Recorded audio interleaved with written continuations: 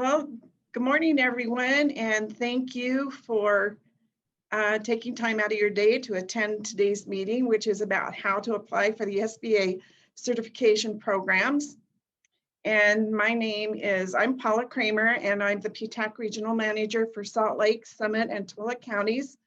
And with me today is Joshua Wiggins. He's the PTAC Regional Manager for Davis, Morgan, and Weber counties. We also have with us today Cody Neville and Jackie Hobson from the Small Business Administration, and they are the experts in the and representatives here in Utah and experts on these SBA programs. So before we get started, I'm going to take just a minute to do a little commercial on PTAC for those of you, to just kind of remind you of what services PTAC provides for you, and for those that are new to the PTAC program, what services we can provide for you. So Joshua has the controls. He's at the control panel here. So what PTAC stands for is Procurement Technical Assistance Center Services, and we fall under the Governor's Office of Economic Opportunities. So what we provide for you is we're funded by two different sources here. Excuse me, Josh, can that little, it says this meeting, continue. Oh, I just needed to click on it. Got it. Okay. So PTAC is funded by both DLA and the Governor's Office of Economic Opportunity. It's been changed. So now instead of development, it is Governor's Office of Economic Opportunity. Our services to you are free as a Utah business.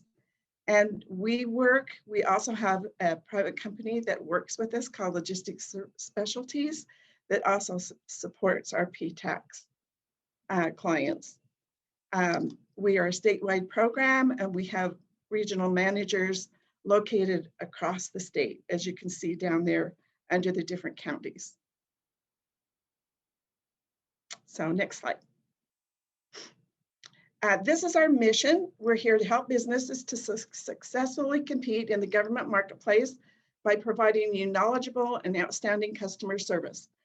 All of us regional managers have very diverse backgrounds. So we not only work with you in your region, but we work collaboratively with each other. So collectively, you gain a lot of resources just from working with us. We have business backgrounds, government contracting backgrounds, so there's a lot of knowledge available to you through our services. Okay, next slide. Some of these services include bid proposal assistance, networking. When we have our outreach events, there's a lot of networking opportunities there. We have a bid match system where we build you a profile, and with that, we send you bid opportunities based on your company's commodities or services and what you provide. We develop marketing strategies. Do they buy what you sell? Government agencies' historical buy information, their projections, their forecasts. We provide specifications, commercial standards, procurement history. We will help you with your capability statements. In the training and education, we provide a lot of workshops similar to this. We have virtual events, of course, right now, but we're hoping very soon to see you at venues face-to-face. Our annual event is usually held in the fall. And here's an example of the certification programs that we're holding today. We help you with, we have federal and non-federal opportunities for you, and we help you with your registrations that can be very daunting. So we're here to kind of soften that and explain that along the ways, because a lot of that can get very, very confusing for you.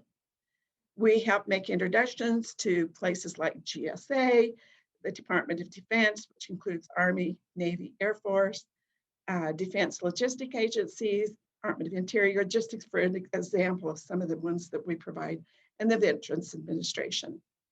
But once you get into the federal arena, you'd just be amazed how many different federal agencies there are. But keep in mind, it's government opportunities, not just federal, but there's many, many non-federal universities, international airports, schools, local government. It's just amazing how many opportunities that are out there for you. So next slide.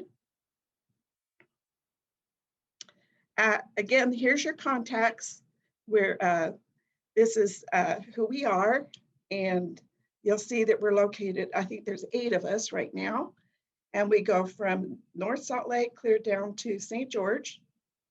And if you want to go to our website, you can see an awful lot of information there, and we also post our events and our venues there as well.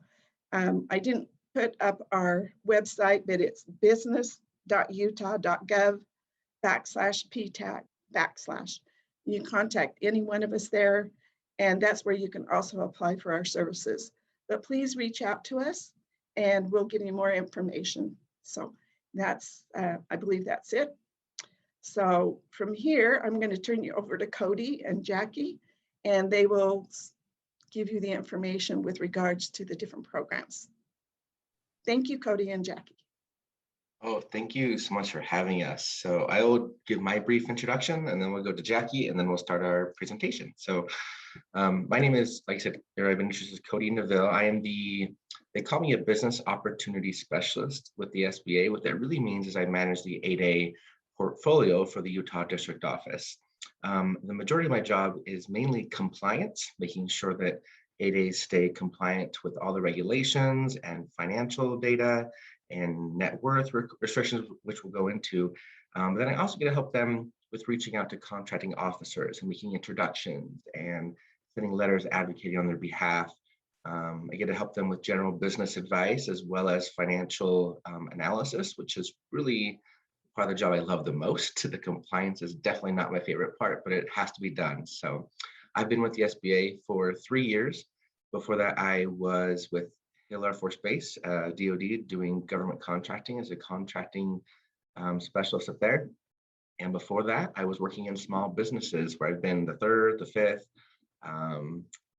employee for the business. So I know what the small business arena looks like.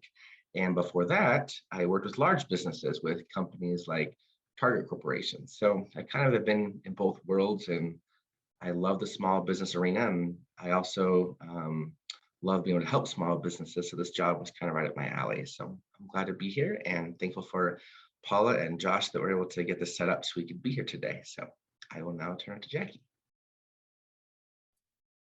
Okay, so my name's Jackie Hubzone. I'm not seasoned like Cody, so I've only been with the SBA for, I think, 4 months now, almost 5 months. But I've been in the small business world forever. So I was a veteran, and when I got back from serving overseas in Iraq forever ago, different lifetime, I went straight into entrepreneurship. So I have about a decade of entrepreneurship experience. So like Cody, kind of know what it's like to be in that world, which is great because not every federal employee has been in that world. So we really try to relate to you guys. We understand what's important. And then I sold my businesses in 2012, and since then I've been kind of in the small business arena of helping. So I've worked at the Small Business Development Center. I've worked and I ran the Veterans Business Resource Center for the state of Utah. And then right before the SBA, I was actually in contracting. So I worked for a company that did DoD contracts. So that kind of gave me a bigger dive into the contracting world instead of just the small business world. So that's kind of my background, and we're just here to help you in any way we can. So. Awesome. Thank you, Jackie. So I will share my screen next and we'll get right into the presentation. The presentation is meant, let me see. Let's go. This. The presentation is meant to be very interactive. Let me see if I can move this over if it will let me. No, it did not like that. I'm going to try something else. Sorry about that, everybody. Let's try this again. Okay, let's see. Now will it work? Yes. Perfect. It's meant to be very interactive throughout the presentation, so please do not be afraid to, stop us, jump in, ask us questions as we go, because that's not what we wanted. Jackie, are you seeing the presentation mode or are you seeing the full screen here? I'm seeing like you're not presentation mode. Oh, so you're seeing like the full screen SBA logo? I'm seeing both slides. So the one you're on now plus your next slide. Why is it doing that? It went to the Great wrong about screen. We all have more patience now because we know it's not just one person that can have technical difficulties. Happens to all of us. It's so funny. I moved it and then it does it a weird way. Let me try this one more time. It's never done this before. Let's go. Let's just see what this does.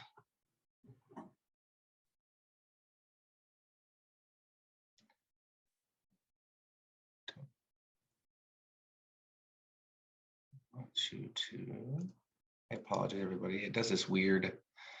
Okay, I think we're good. Here we go. Now tell me if you see the actual slide. Yeah, that's good.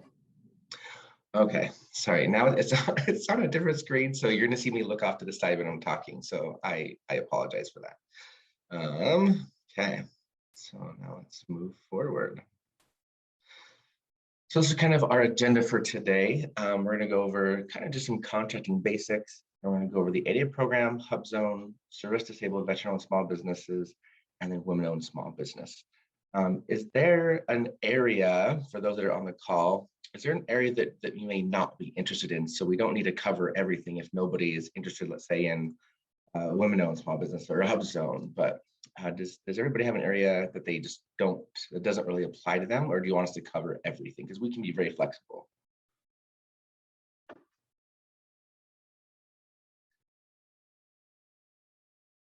Sounds like nobody has an opinion. That's okay. We're gonna. Well, No, there was one. It said cover everything. So. Oh, yeah, I'm okay with being exposed to all of it, but I'm not a veteran.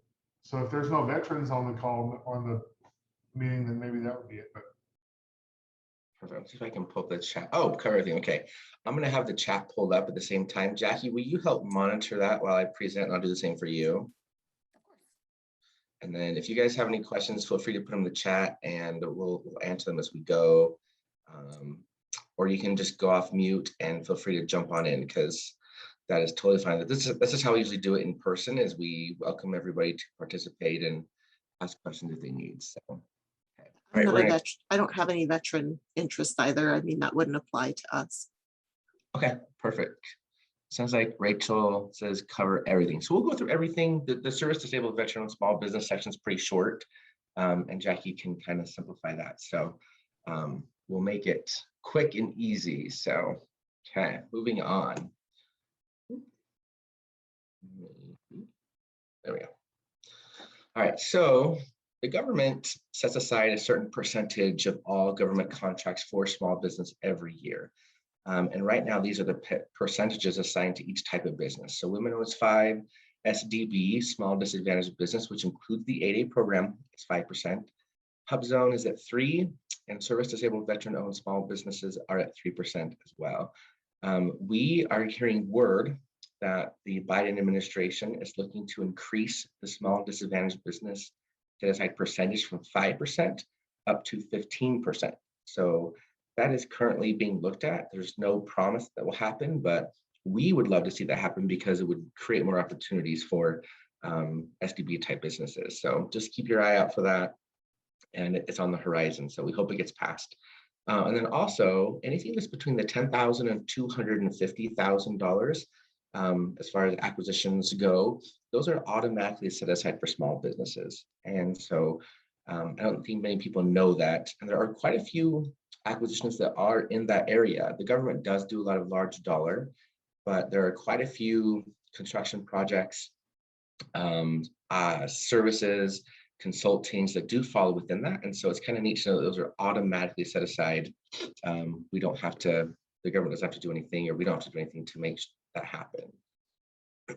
So a lot of people say, you know, I want to get into government contracting. And the first piece of advice we tell them is, have you done your market research? Does the government actually buy what you sell? And the answer is most likely yes. The better question is, where does the government buy your product or service? And you can do some of this market research on these 3 websites. There's USA Spending, beta.sam.gov, which is now sam.gov and is going through some transitions right now. And there are also agencies release what they call procurement forecasts. A lot of times they will publish on their website, or they'll host an in-person open house for this. Right now they're all virtual, of course. And then also, I'm going to give a little plug here for PTAC. PTAC is an annual symposium where they invite contracting individuals to come and present their forecasts. So if you are not already a client of PTAC, this is your time to get in, because they will let you know about these forecasting events and you can know it's coming down the pipe. So very, very important. And the reason why where is so important is because, especially if you're in construction, there are rules that if your government is not within a specific geographic area, you're not allowed to bid on a construction contract in that area. So if there's a contract, let's say in New York, but your business is headquartered in Utah, you are not allowed to bid on that New York contract if it's going to go set aside for a small business. So just be aware of some of those regulations. Also, it's important to know where, because if you're trying to market your company to that government buyer and they're located in DC and nobody's located in the West, you're going to be spending some money to either get in front of that person or find a way to virtually market and network with that person. But sometimes you want to do an in-person, what we call capabilities briefing. And if you can't get to that briefing or to that area, it may cost you some money to get there. So just be aware of where that is. It's not always where the work is to be performed. The contracting individual is not always in that same location. So just kind of be aware of that. All right, so some basics of getting into government contracting. You need to know what your NAICS codes are. And that stands for North American Industry Classification System, I believe. Really what it is how the government organizes their work. And as a business, you are allowed to have one primary NAICS code and multiple secondary NAICS codes. Your primary NAICS code is what determines whether you are a small business or not. And that's what we call your size standard. What it means is that if your company has this many employees or less, or is under a certain revenue threshold or less, then you are considered a small business for that industry. If you go over those thresholds, then you graduate into a large business. And at that point, you're not eligible for the small business programs, small business set-asides, because you're no longer a small business. So it's important to choose the proper NAICS code. For example, in the construction arena, a general contractor their threshold is $39.5 million as a revenue threshold. They also have some smaller ones. They have like drywall NAICS codes and electrician NAICS codes and handyman NAICS codes. And those are a lot smaller. They go down to, I think, $7.5 million. So if your revenues on average were, let's say, $10 million per year, and you incorrectly selected the handyman NAICS code, but you're really a general contractor, you've already made yourself ineligible for all small business programs because you've deemed yourself as a large business because you said your primary NAICS code is handyman, which has a threshold of the 10 million, instead of the general contracting one, or general contractor, which is $39.5 million. So just make sure you choose the correct one. There is a size table online that you can go to and read all the descriptions and make sure you choose the right one. So, and another plug for PTAC, they can help you with this. SBA cannot tell you what your primary NAICS code is, but PTAC can help advise you on how to select the correct one. So any questions on NAICS codes or size standards?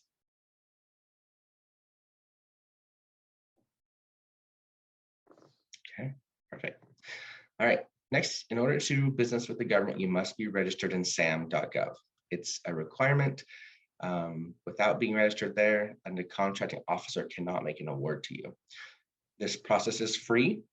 Make sure you recognize that. A lot of people get duped into paying $500 from a private entity to get them registered in SAM. Do not spend that money. PTAC can help you for free, and it's money that you can use for bidding costs instead of spending it towards getting registered. So just be aware that it's completely free. And then of course you need to be semi-familiar with some of the regulations. There's a lot of government regulations in contracting. There's the FAR, which is the Federal Acquisition Regulations. And then as you see, the DFARs and AFRs, which stands for Air Force FARs, each different agency within the government kind of has their own supplemental version. And so there's a lot of regulations out there. And thank heavens we have PTAC, because they can also help you understand regulations and understand what things are required. There's a lot of rules. And if you want to get into this arena, you should be semi-familiar with the basics. So any questions on this slide before we move on? Okay. Next, we're going to jump into the 8A Business Development Program. The 8A program has undergone a lot of changes lately, so I want to make sure I covered them well right up front. And this took place, this was about 8 months ago, but they're still kind of being implemented slowly across the government. So just make sure you're aware of them. So we do have an 8A Mentor Protege program, or we did have an 8A Mentor Protege program, and then they had what they called an all small Mentor Protege program. And so rather than having two programs, those have just been combined, and you apply for those online, and it's all done through SBA headquarters now. Joint ventures used to have a limit on the number of contracts you could get with your joint venture, and now they've removed that limit. You can now have unlimited contracts, but it still maintains the 2-year rule. So your joint venture can only last for 2 years from the date of the first contract award. And we also don't have to approve joint ventures if an 8A firm is going with another company, if it's going for a competitive contract award. Bona fide offices, there used to be some, what I said earlier about having to be in a state where the work is to be performed, or the geographical region. They just clarified now that this has to be for sole source contracts and for competitive. We'll get into the net worth threshold, but it used to be $250 for the 8A program, and now they've raised it to $750,000. And then your adjusted gross income has also increased to $350,000 averaged over 3 years. So you may not understand why these changes are important right now, but when we get into the later slides, you'll understand why these are important. Okay, so what is the 8A Business Development Program? Essentially, in a nutshell, it provides you business development support that enables you to grow your business so that when you exit the program, you are better equipped and better prepared to compete in the full and open arena. And it is 9 years. It's once in a lifetime. For an individually owned firm. So once you get in, you've used your 9 years, you can no longer get into the program again. So we heavily stress being ready when you come into the program. Don't come into the program and waste the first few years trying to get built up with past performance or cash flow or capabilities. We really want you to get those prepared before you come into the program, so you're not spinning your wheels for the first 35–40% of your program. Some other areas we help you with, there is management and technical assistance programs, of course, government contracting. And then, like I said, we really want you to come in, get assistance from PTAC, get assistance from other entities, and learn how to compete, whether that's bidding, whether that's performing, whether that's how to submit for reimbursement and payrolls. We want you to really come in, and so when you graduate, you're able to thrive, is what the word we like to use. Okay, is the 8A program appropriate for you? So just these are some other aspects of the program that we like to make sure everybody is aware of. You are required to have a commercial and government or 8A contract balance. You can't just come in and only get 8A contracts. And we'll go into that a little bit later. You must be able to market your company. It's very, very important to have self-marketing ability. We are not able to market your company to government buyers, other than a few tools that we have to advocate for you, but it's not really to market. We show you where to go and who to talk to, but then it's your responsibility to really market your company. So if you don't have a marketing ability, you definitely want to grow that before you come into the program. You must identify your proper NAICS codes. We've already covered that. Meet net worth requirements. It says you must have fewer capital and credit opportunities to enter into the program, which they do look at when you apply. And socially and economically disadvantaged. And we'll go into more detail on these items. So first we'll cover the social disadvantage. This is sometimes a little complicated, but there are 2 ways to qualify to become what they call socially disadvantaged. So to come to the program, you have to be socially disadvantaged and economically disadvantaged. To prove your social disadvantage, number one, you can belong to one of these predetermined groups right here. If you are a member of these groups, then you automatically check the box for being socially disadvantaged as deemed by the federal government. And there are more than just these, but these are kind of the bigger groups and kind of capture most people wanting to apply to the program. There is a second way to do it, and what we call it's called a social disadvantage narrative you would submit with your application, and it must meet these criteria. So it is a preponderance of evidence. So it can't just be your opinion. There must be evidence when you submit that narrative.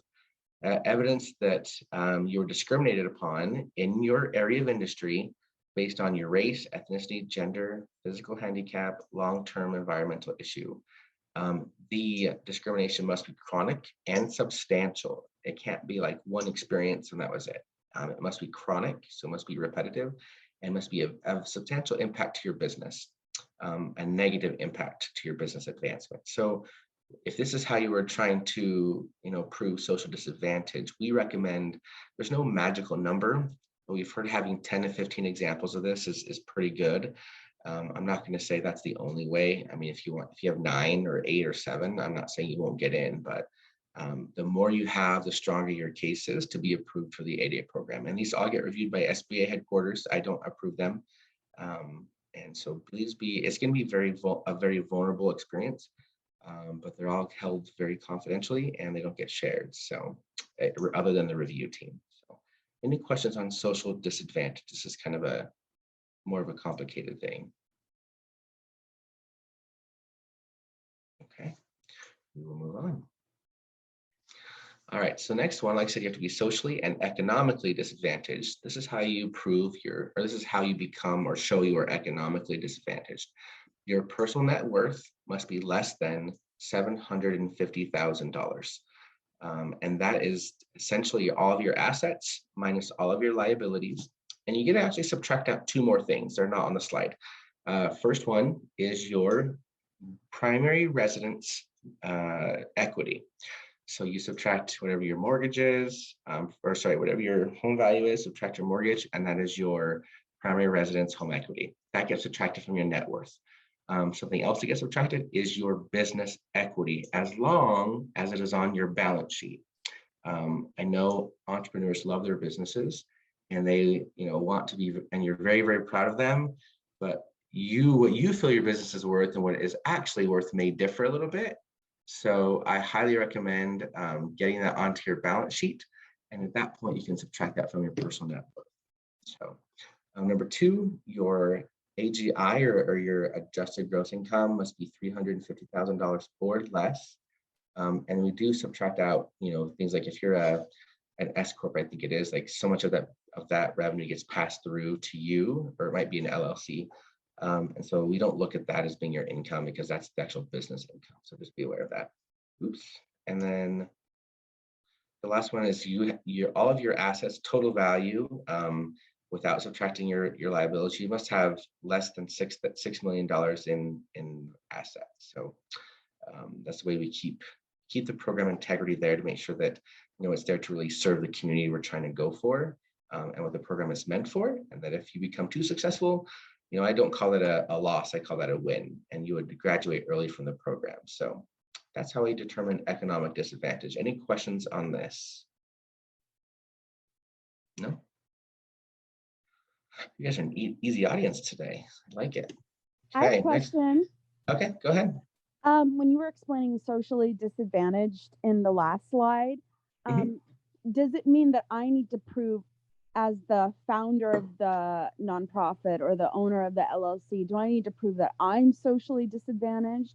Or because one of my companies serves primarily only one of the socially disadvantaged communities only? It is based on the owner. It's not based on the company itself. It's based on the individual, the owner of the business. Okay, so okay, but that's the opposite of what I'm doing. I'm going in to serve underprivileged people with that in that group that are literally socially disadvantaged. And I mean, I'm Irish, but how am I going to prove all the years of slavery? I guess the SBA doesn't consider anyone whatever. I mean, I'm different races together, but still, like, I don't know. Is that There what you're is saying?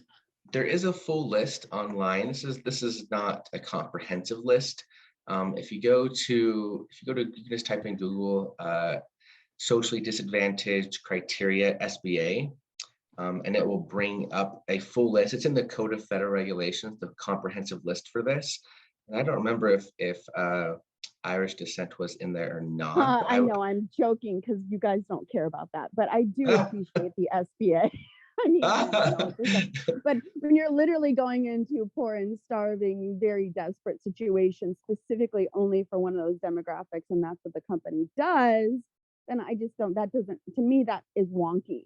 It's going, and you're only looking at race, you're not looking at disabled, you're not looking at physically disabled. Am I correct?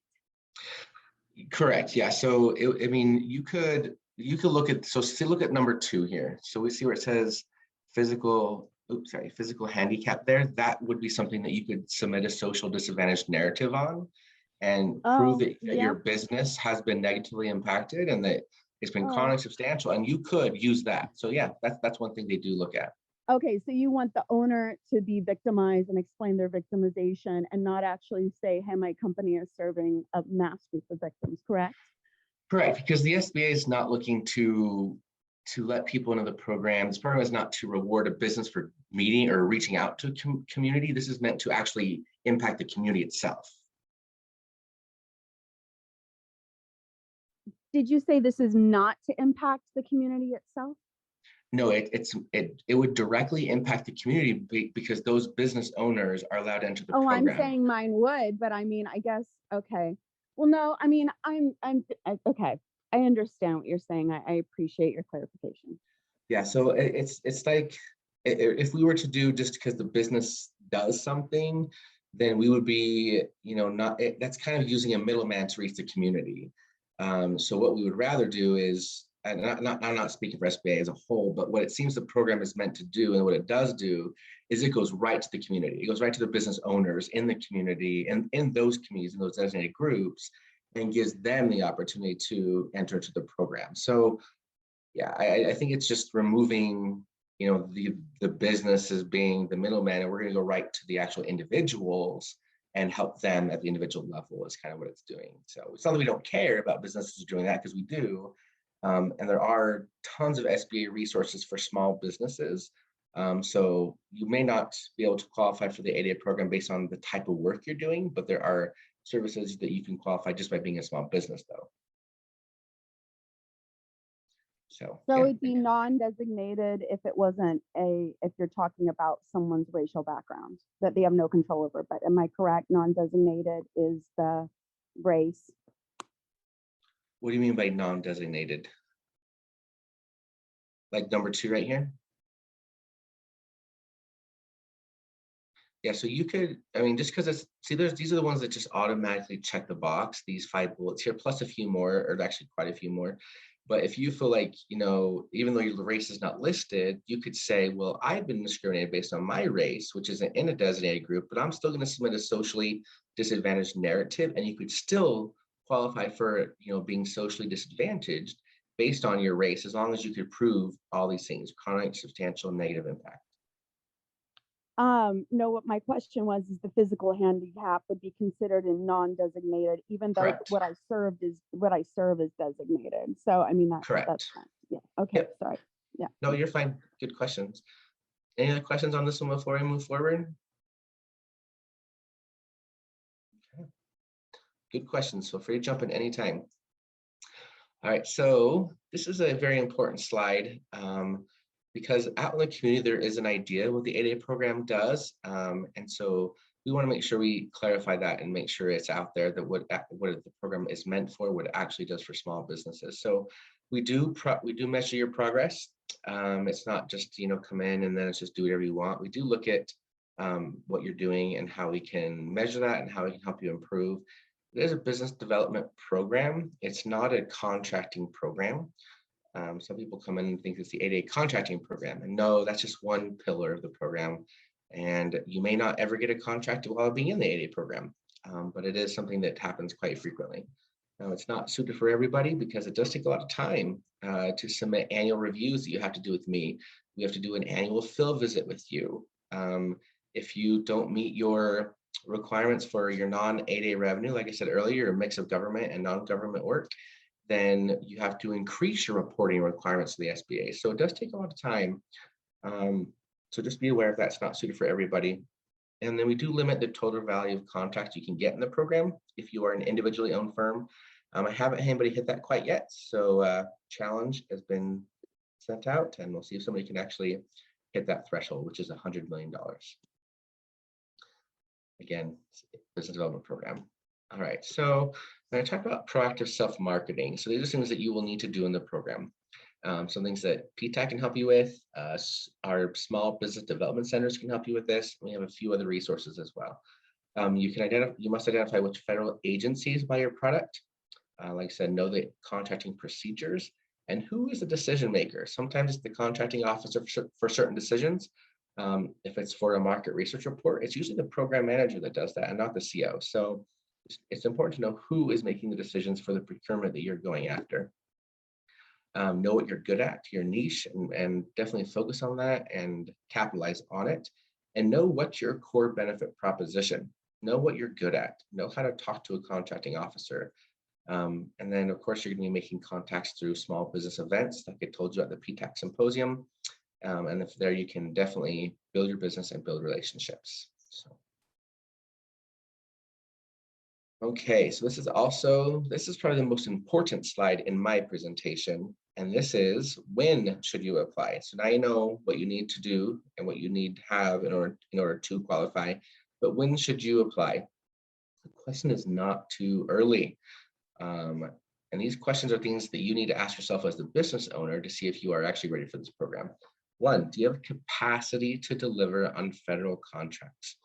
Most contracts that come through the 8A program, the smallest ones I've seen are around $100,000. Most of them are around $1 to $4 million. So if you are a small business that doesn't have the capacity to deliver on that large of a contract, you definitely want to start building your capacity or have access to building your capacity once you get awarded a contract. Do you have sufficient cash flow? This is super important. The reasoning why is that when you get awarded a government contract, you don't get your first payout on that contract until weeks, if not months later. So when you get awarded a contract, you have to start laying out cash to do things like hiring people, getting equipment, getting materials if you need to, renting a space for whatever you need, if it's to store materials or to store machinery or those types of things. Hiring people takes time and money.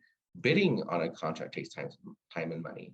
So cash flow is super important, and you need to be able to have access to cash flow, or if you already have enough cash to really fund those startup costs associated with government contracting.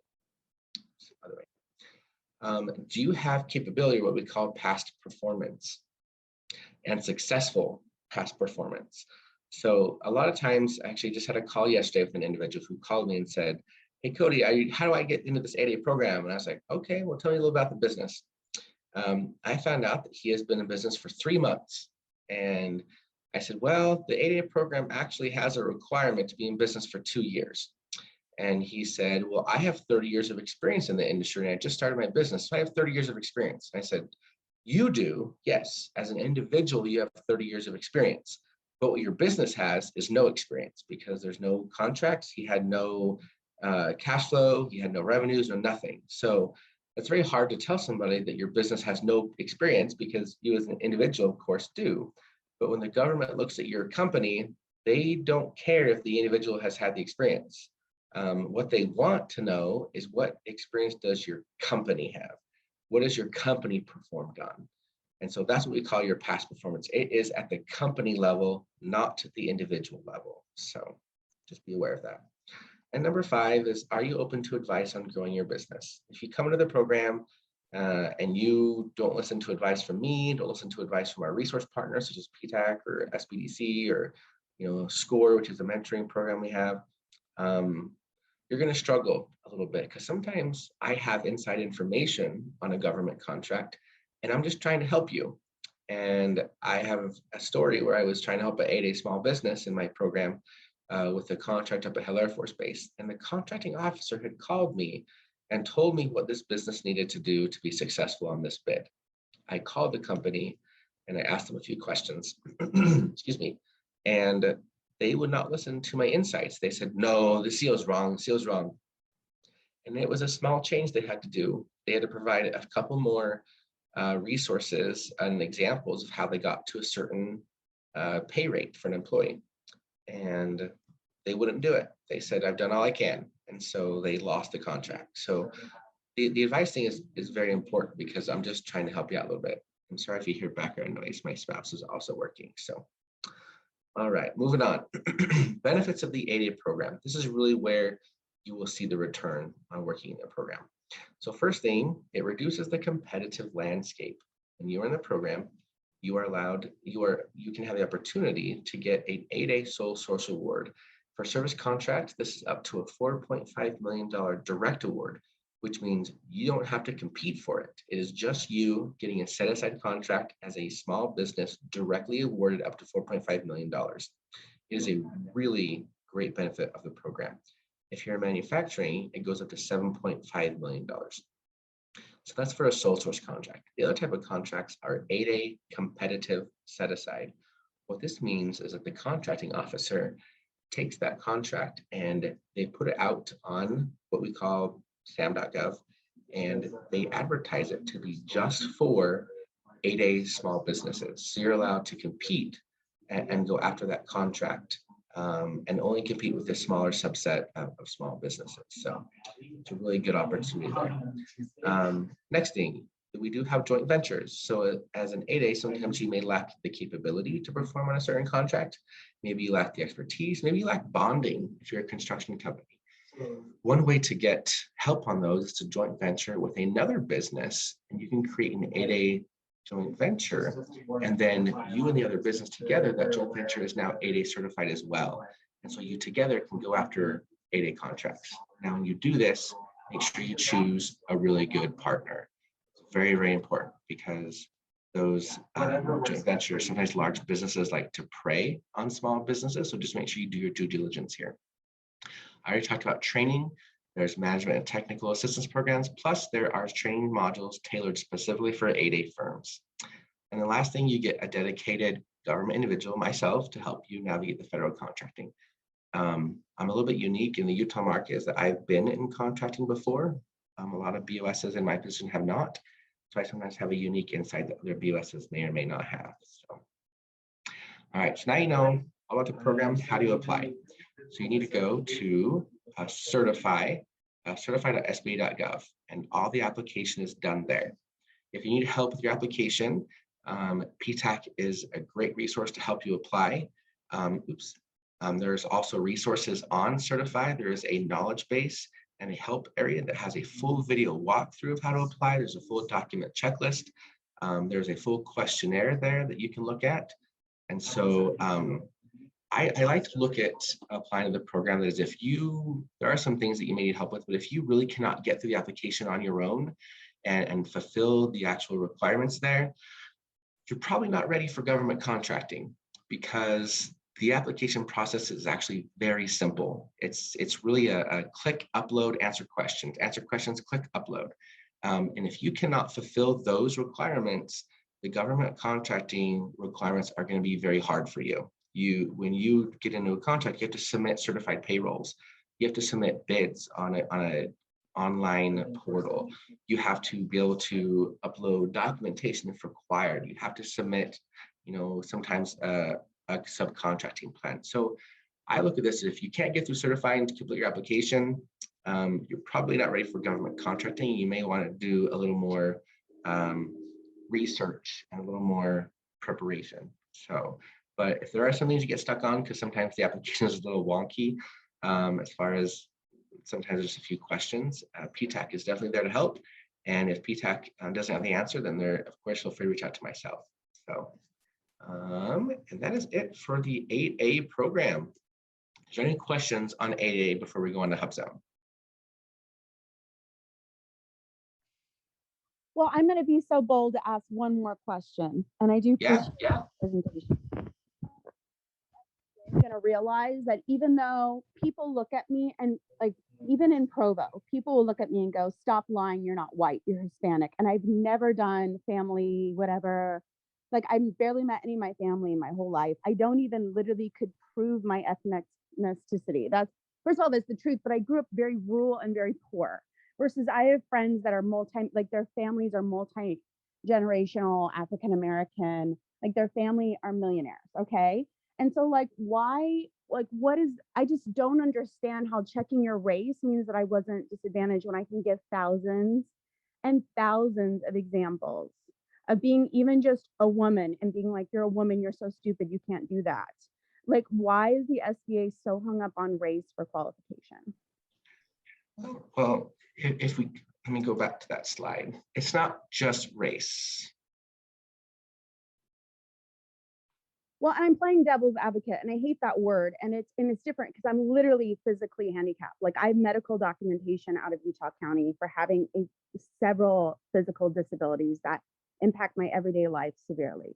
But anyways, I'm not happy about that because I can't even prove my own race if I had to. People don't even, you know what I mean? So it's like, I don't appreciate that I was literally socially disadvantaged, grown up completely poor. No help from family, no nepotism in my favor, which is why I love the SBA, because I am a smart girl and I'm a business owner and I do well and I'm grateful for all the resources here. However, I'm not happy with the application process and I'm simply just using my freedom of speech to voice that. Because if it's just checking a box for automatic help, I would qualify if people knew, versus like some people of other races that are in that box, they grew up with like I have a business partner, we're starting a business. She's considered Pacific Islander. She literally was with her in Hawaii a couple months ago, but you know, her mother is a millionaire. So like, to me, like, you guys don't look at literally whether they have the advantages that I never had. Yeah. Literally, how can I even prove it? That is part of the application process. I'd appreciate your answer. Gotcha. And I didn't say you had to prove your race ever. I said that your application is based on if you belong to one of these groups. There are certain groups that offer, like, for example, there are a tribal card that someone could provide it as showing that they belong to that group. But we don't really, you know, tell you that you're lying about it. That's not something that typically happens unless there is, you know, like a tribal card people could show if they're Native American, for example. But people do provide like birth certificates, you know, those types of things. But when we're talking here on the second group, there are lots of ways that you could show through preponderance of evidence that you have been discriminated against based on physical handicap, like we talked about earlier.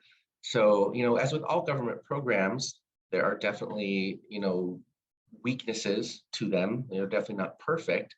But in order for the government to be able to reach groups that have been historically and proven to be socially disadvantaged, you know, these are the groups that they selected based on historical data. So the application is not going to be perfect. You are right. As with all government programs, there are going to be some weaknesses. But we as far as I can tell, the SBA threw a net, you know, that was based on data, based on historical information, and this is where they landed. So it's not really proving your race, like you said on the call, it's proving how you were discriminated based on your race, or based on your ethnicity, or based on your gender, or based on your physical handicap. Not really that you're proving you're those things, but how did you get discriminated based on those things is what we're looking at. And well, that's thank where you. That helps me feel less intimidated to fill out the application, which was my point of my questioning in the first place. So thank you. Yeah, you bet. And we've had a lot of applications. One thing that we see common, just to give you an example, this is not the only way, but we have a lot of women who, I shouldn't say a lot, but we've had some women who have submitted their application for the non-designated group criteria because they are a woman who was discriminated in the construction arena because they were not allowed to go to bid meetings, or we've had people submit pictures where, like, you know, things were written on the bathroom stalls or on a porta potty's wall, that, you know, those things are examples of where they're being harassed and discriminated against and treated differently. And Oh know, yeah, like, my industry's like that, 100% to yep, the and all nth those degree. count, and all those count as examples towards showing, based on my gender in that example, is how I've been discriminated. So you're not really trying to prove, I would say, you know, you don't have to prove you're a woman, but you'd be proving how that has impacted your ability to compete and to get opportunity, and that's how you would submit your narrative. Great, thank you. Yeah, good question. I'm glad you helped me clarify that. So it was a good thing to discuss, and you know, that I think that's why we also discussed your economic disadvantage, because even though somebody else who may belong to those group, you know, they have to be both socially and economic. So let's say your friend, and I don't know much about your friend, but let's say they, you know, did belong to those groups, but they also have assets that go over 6 million, or their net worth is higher than 750. That's how they would get disqualified. They'd have too much economic advantage and they wouldn't qualify, because you have to meet both. It's not social, or it's social and economic disadvantage. All right, good questions. That's what we're here for.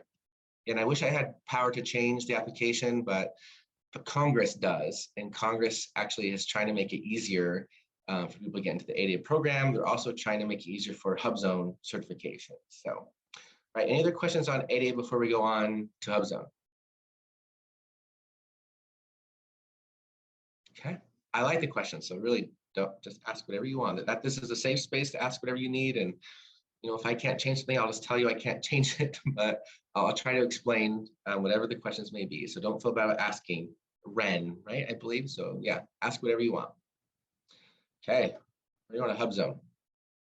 So HUBZone stands for Historically Underutilized Business Zone. And we're going to go into what that means a little bit more. So in 2020, they did a few updates to the HUBZone program as well. They've really tried to put for faster certifications. Oh, one thing I forgot to say, the 8A program, the application itself can take anywhere from 6 to 9 months to get approved, just so you are aware. It is a long process. They are trying to get it shortened, but just be ready for the long haul on that application. Eventually, they're going to attack that like they did with HUBZone, where they're trying to get it done in 60 days and streamline the process. They've also added this legacy HUBZone employee provision.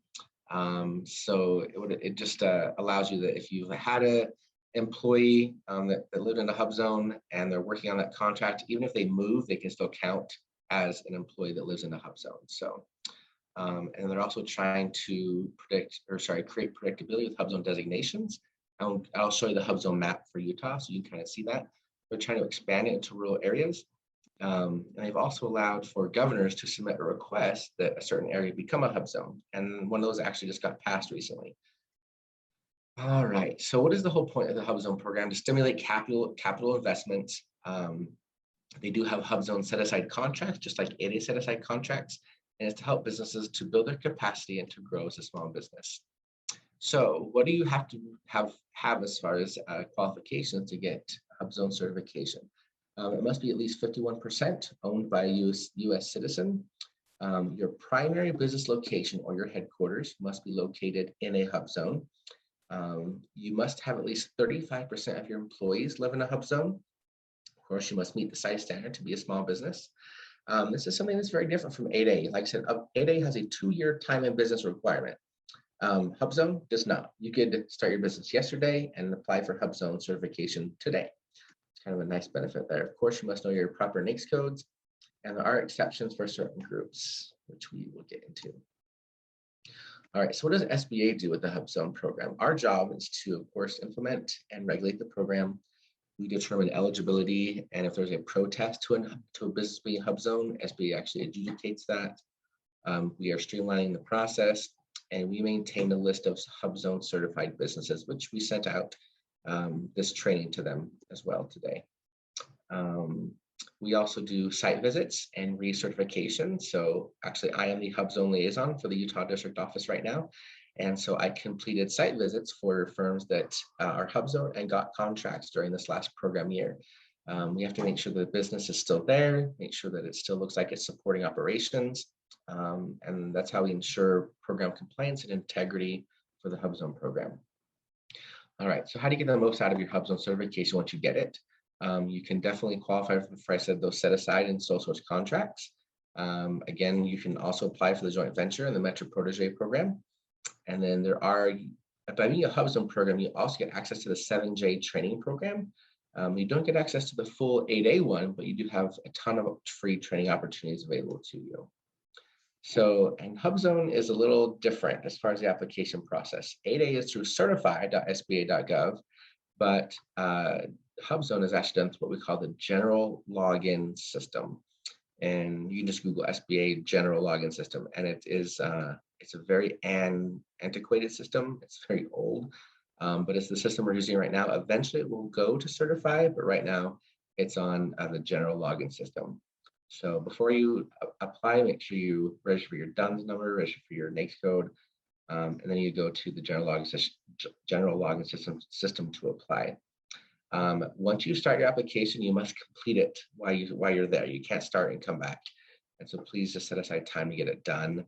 And then once Hubzone sends you messages, be very, very responsive, because if you don't respond in the days that they've asked you to respond, your application will be terminated and you'll have to start all over again. So this is part of that streamlining. They don't want to be waiting around for you to get back to them. So make sure you keep up on your emails, make sure they're not being filtered out in spam, and make sure you're very responsive. So, okay, so this is the actual Hubzone map, and that's where you can find out on sba.gov/Hubzone. And so you can, it's really nice because you can just type in any address in the search and it will tell you whether that is a Hubzone or not. You don't have to like zoom in and try to find the street, try to find the house. Just type in the address of your business location, and then also any of your employees if you're trying to get that certification. Because remember, you must meet both. Your primary business must be located in a Hubzone, and 35% of your employees also must live in a Hubzone. This is Utah, and there's 3 different ways for you to be, or that are 3 different areas that are considered Hubzone areas. One is on Indian land, and when you search online, you can select these boxes if you want to. And so this will kind of show you which areas are Hubzone based on the designation of being Native American land.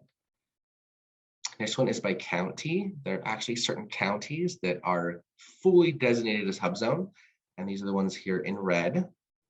So all this area is a Hubzone, and as you can see, they do overlap. And then the next one is by census tract. So that one's, of course, the smallest one, but we do have some areas, central, southwest, and southeast Utah. And there are some up north, some up here, and then a few bigger ones around the actual Salt Lake City area. So as you can see, some of them do overlap. So, okay. Any questions on the Hubzone program? It's a little bit shorter than 8A. I'm curious. I'm not sure I totally understand about. You have to have your headquarters in a Hubzone or live in a Hubzone. Is the whole state a Hubzone, or do I need to live in a specific county? So your business, your primary business location, your headquarters location, in case you have more than one location, must be located in a Hubzone. That's one qualification. 2, 35% of your employees must also live in a Hubzone. And so the whole state is not a Hubzone, no. That's what these maps show here. It's all the colored areas.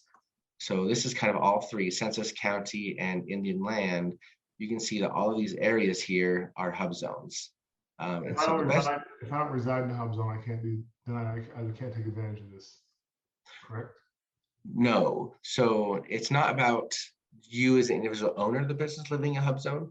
Your primary business location must be in a Hubzone. And I mean, if your business is located in your house, then yes, you would have to live in a Hubzone because that's your primary business location. But if your business is not in your home, then your primary business location would have to be in a Hubzone, not you in particular. Okay.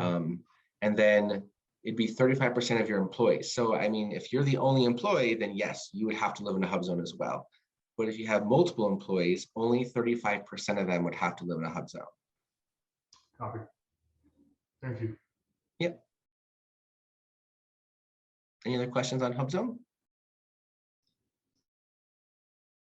I got one more question. So what about how long would my business headquarters, for instance, I'm really interested in doing some forestry work. So like if I open an office, a small office, in the hub zone, and right now my home office is my only office. So if I open the office in the hub zone, does there have to be an established history, or could it be I open the office and a week later I'm doing business? You can open it and just apply. Okay, thank you. Yep. Any other questions? And I think I'm going to stop sharing my screen and turn it over to Jackie.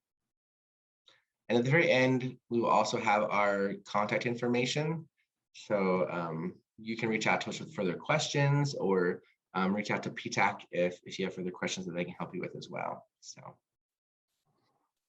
right, Jackie, it is all yours. Yes, you guys, Cody is great. I'm sure you noticed that, in his presentation, but he does a great job. So, You're too kind. okay. See if I have any technical difficulties or if we're good. Is that showing up correctly? Yeah, I can see it perfectly. Is it still showing the presentation? Because my screen isn't. Yeah, that's happened to mine too. When you do PowerPoint, it also like switches all your screens. It's like, stop it. Yeah, I only see your presentation. I don't see like the two slides like you saw. Okay. Perfect. Wow. Just, I don't see any of those screens, and I'd at least like to see the ones that you're on. That way I know I'm not showing you something wrong. Okay. So we're going to go over the service disabled veteran owned business, small business. And I did notice in the chat that there was people did want that covered. So it's kind of short and sweet. I will make the distinction that when we're talking about, because you can, mark lots of different boxes of what type of ownership is in the business. But when it comes to set asides in the federal space, they're only set asides for service disabled veteran owned small businesses. And that's a 3% set aside goal. It's not necessarily for veteran owned. I'll get on a little more detail on that in a minute. But so with this program, obviously there's the set aside opportunities, kind of similar to the other programs that were mentioned, and we're just trying to help you build and grow. Like all the programs, we can try to help you walk through with joint ventures and things like that. So service disabled veteran owned small businesses. So there are some requirements, 51% ownership requirements. So you need to be owned by service disabled veteran owned. It doesn't need to be one. If you have, if you have some partnerships in place and say there's 3 of them, and 2 of them are service disabled vet, as long as 51% ownership is within those, then you're good. So it can be more than one owner, but just make sure that calculation adds up to at least 51%. Now, out of actually the other, because this is a very common requirement for women owned, different things like that as well. But with service disabled veteran owned small business, one little thing that's unique is if you have 100% total permanent severe disability, that 51% can actually be with a spouse. So not a lot of people know that, but that is unique about that program. So you have to have the highest officer position, proper NAICS code. You also need to have managerial experience. So if you're the highest officer position, you're the one running it, and you have no experience, that's going to throw out a red flag, because we want your business to be successful. And you also have to be in charge of the daily operations and the long-term decision-making for the company. Now, we've talked about set-asides a little bit and sole source contracts. So what's really, really great about that is it just brings down that competition. You can actually ask, if you can go to the contracting officer, talk to the program manager when you're doing your market research and deep diving, maybe before a contract hits the market, that, hey, if it's likely that we can get multiple service disabled veteran-owned small businesses bidding on this one contract, then we can, we can see if we can set that aside. And that's really going to lower competition compared to just a small business set aside. So that's a great opportunity. And then when it comes to sole source awards, if it is set aside for service disabled small businesses and you're likely the only one, or it can be you're likely the only one that can go after it, then you can try to sole source that with the contracting officer, which is a great benefit as well. Like Cody had said, 4.5 million in just service-based. I know in manufacturing, it can go up to 6 million. So that's a huge opportunity. Yeah, and then with the joint ventures, we have the mentor protege agreement. I will go into that slightly. But I was looking through the slides. Cody and I don't get to make our slides. We use SBA slides that are pre-approved. And they chose to put the joint venture stuff in veteran, but keep in mind, like these small business mentor protege agreements are for like all the set aside programs. And it's a great opportunity because with joint ventures, especially in the veteran world, like I feel like people try to take advantage of you, or if you have that set aside status. And by going through these programs, it will help you protect yourself, which is good. Like it might seem like we're mean, or there's so much paperwork or this compliance stuff. It's such a headache. Why even go through the process? But we're trying to protect the integrity of these programs, and we're trying to just make sure that you get the most out of it. So we want you to be taken care of. With all businesses, it's kind of that the more work you have to do, the higher you're building your wall for protection, right? So we don't have a slide for the actual certification process because it is self-certified. Perhaps one day that will change, just like the women-owned business used to be self-certified. But we do want to protect these programs.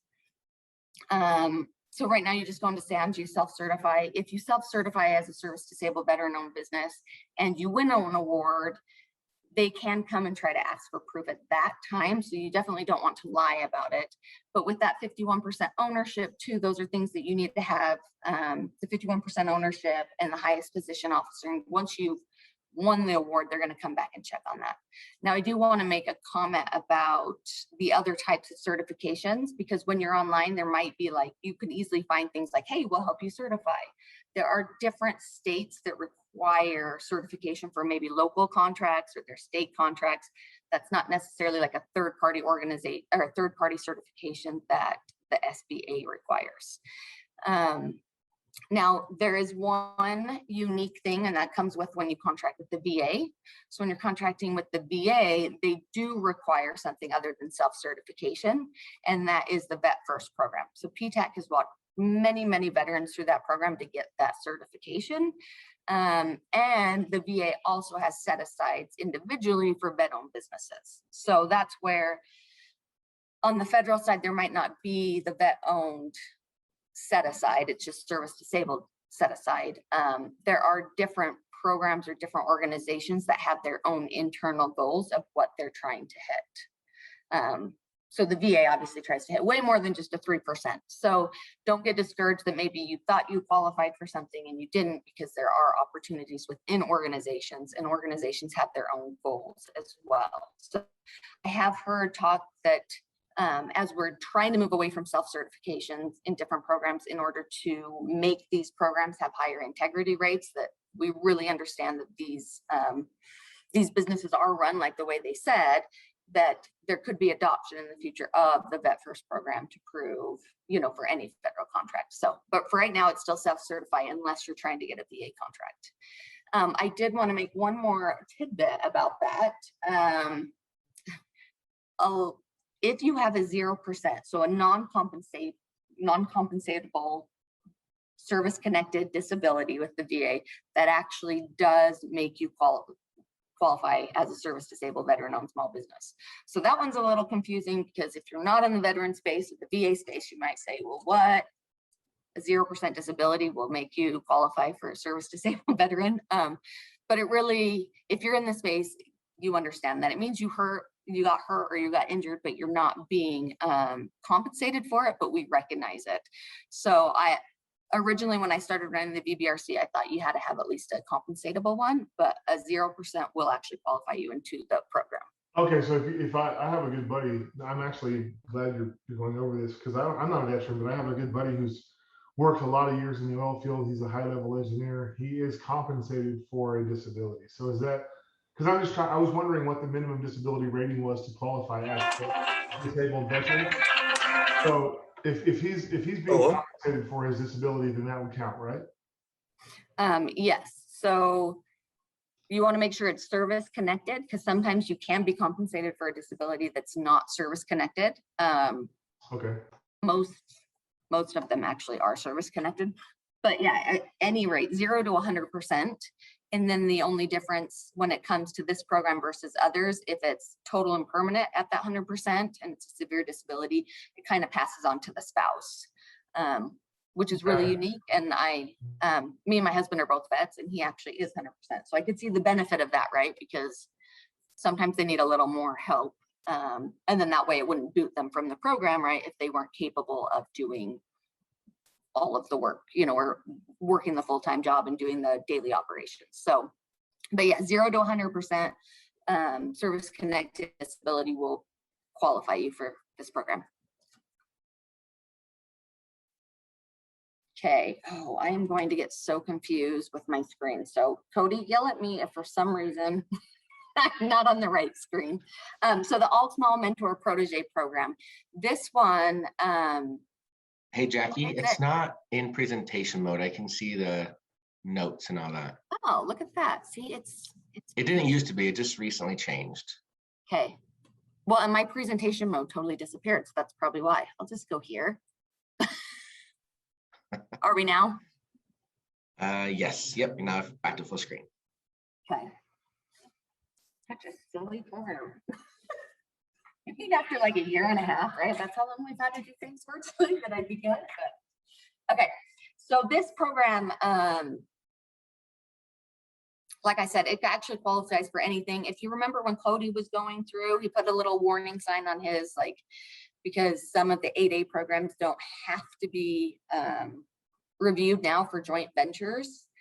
And that can be scary because veteran-owned, women-owned, 8A, like, you get these other businesses and they try to take advantage of the set-asides.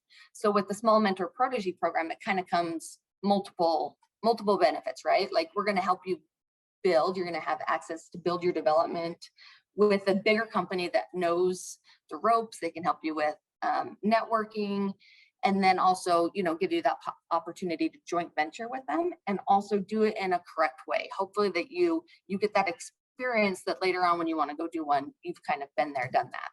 So is it appropriate for you?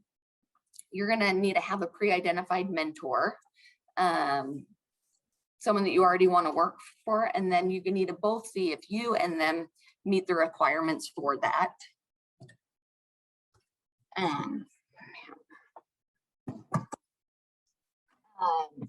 There are limitations to this. Did it switch back over? Sorry. There we go. Yes, okay. It did. So there are limitations that you need to meet. My computer is having so many issues.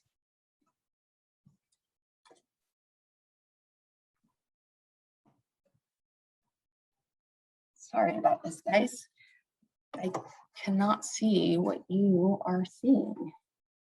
There we go. Okay, so some of the limitations, right, kind of go with what Cody said, is like with the different NACS codes, you actually need to be in the program. Let's see, there's going to be some required training, which is great. Like these steps that we require you to do, it's to protect the small business so you don't get taken advantage of. So we want you to be able to maybe be open to other things. Like Cody had mentioned, it takes a lot of capital sometimes to go after these business opportunities. And being a small business, you might not have that capability without the help of someone else. So, but you have a lot more opportunities that can open up to you when you work together. But we want to make sure you do it right and you don't get taken advantage of. that's that additional financial support. The whole point is to get you to be able to progress and grow your business. Okay, so you have to be a small business standard side. You have to be financially capable. Performance, if you're trying to partner with a company that has already, like they have all the past performance and you can't do the work, that's not going to work out, because you're with joint ventures, you got to be able to, the small business actually has to be able to do at least 40% of that work. So don't have a big company, try to use your set aside status with the capability they have access to do, but not your capability. Yeah, when you file the joint venture agreement, so like the CO, if it's a competitive contract, they have to show and be able to prove that you actually bring capabilities to the table, because the Code of Federal Regulations actually says the 8A firm or whatever firm it is must bring more than their certification to the table. So be able to show and be prepared to show your capabilities and how you can perform that percentage of work, because the CO may ask it from you at any time to prove how you are able to self-perform your self-performance requirements. Yeah, and with that too, the defined roles, the records and reporting, all of those things need to be really, really documented, because they can ask for any of it at any time. And it's all about you, even if it seems like a pain, protecting you, because I've been in the small business world for a while where lots of companies want to take advantage and get that set aside opportunity. So you want to make sure that the joint venture actually has to have all the steps of its own company too. It's got to be clear, like with the bookkeeping, with the bank accounts, with the defined roles, who's doing what, whoever is on the small business side that has those opportunities, they need to have the defined role of the managing of the program, things like that. Can I just interject something right here, Cody and Jackie? This is really, really important, and we have seen these pitfalls right here. SBA and the VA are very conscious of this, and there are third-party contractors out there that will take advantage of you. These are pitfalls. Be very careful. Do your due diligence. Watch for companies that just want your title on your certification. So be very, very careful, because they have the check and balance ability to come in and ask you at any given time on how much of the work you're performing, your financial capabilities, and then your name's going on those contracts, and you're the one that has to answer. Thank you. Yeah. No, thank you, Paula, that's good. I want to add one more thing too. Sorry, Jackie. I feel like I'm cutting you off. I apologize. When you guys, if you choose to set up a mentor-protege agreement, just be aware that the large business is allowed to purchase up to 40% of your company. Now, as a small business, that may look really pretty to get some investment capital, because let's say your business is worth $1 million today. They can give you up to $400,000 to help you, but then they gain a 40% equity interest. So as you develop this relationship, you're going to grow your business. That's what a mentor does, helps you to become more successful. Well, let's say you now have a mentor for 6 years, which is pretty common. Now you're worth $10 million. You now have to buy them out of the 40% if you want to. If you want to get them out of your ownership pool, you're gonna have to pay them $4 million now. What's cost them $400,000? So just they got a 10x return, and you paid a 10x payout just for a $400,000 investment. So if it's worth it to you, go ahead, but just be aware that that is a real situation that could happen, and you could end up paying a lot for what you got just a little bit for. What at the time seemed like a lot. So thanks for that, Cody. And I would just suggest too with these joint ventures, because Cody's really great if you're in the 8A program and kind of checking those things. really when it comes to how much help we can do hands-on for these other certification programs, we're very limited. And that's what's great about PTAC is they're not limited, right? Us as the SBA, we kind of just have to be overall, but not doing the one-on-one consulting or the one-on-one guidance. Like Cody had said, we can't tell you what to do, or we can't tell you to choose a certain NAAQS code, where PTAC can advise you a lot better than we can. So with the other certification programs, if you are wanting to get into a joint venture, then definitely use PTAC because they will help you look over those things as well. So with the joint ventures, it's got to be totally set up as a different entity. You've got to own at least 51% and do 40% of the work. So those are kind of the big ones to keep in mind. Okay, so now we are going to go to women-owned small businesses. So there wasn't a lot in veteran stuff. It's really, what I noticed was it's confusing just with that service disabled because people think veteran-owned just has set aside. So just keep in mind, individually, companies, agencies, they may have some internal goals, but besides the exception of VA in the federal government, it's just service disabled. Did anyone have any questions before I go on to the women-owned?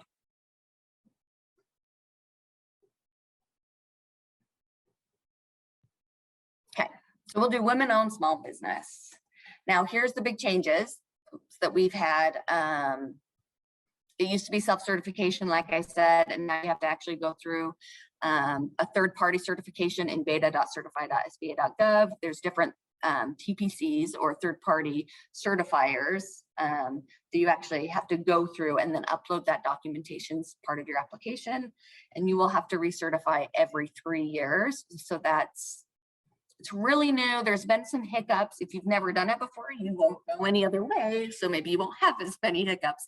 But I think just with any new process and adapting something new, it's foreign to us. And so it's just getting to that process.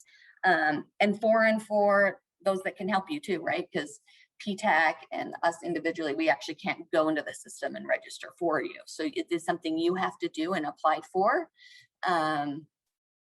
And it's new to all of us, but PTAC is there to help. So one thing that is nice, if you are, say, a service disabled vet or even just a vet-owned business, and you went through the Veterans Affairs for their certification and evaluations to get like the vet first, that one actually can count as well as their other third-party certifiers. So.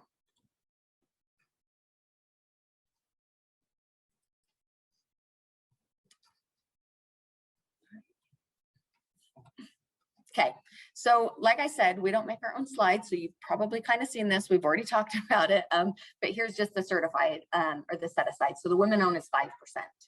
I wish they would kind of bump that up too, but those are the different set aside goals that they have. And what's fun is we just had a historic high of $26 billion. So went to over 15,000 women-owned small business prime contractors, which is great. And I think the SBA did some calculations that much money and like for that many businesses, we're talking over 134,000 jobs approximately with these women-owned small businesses, which is a really cool thing because a lot of times women-owned small businesses have a hard time kind of doing that employment step. So a lot of times they have just their own jobs and growing is hard for them. So to have businesses that have that many jobs is great for women-owned. So they did exceed their goal of 5%, so just barely, but I'll take every little bit.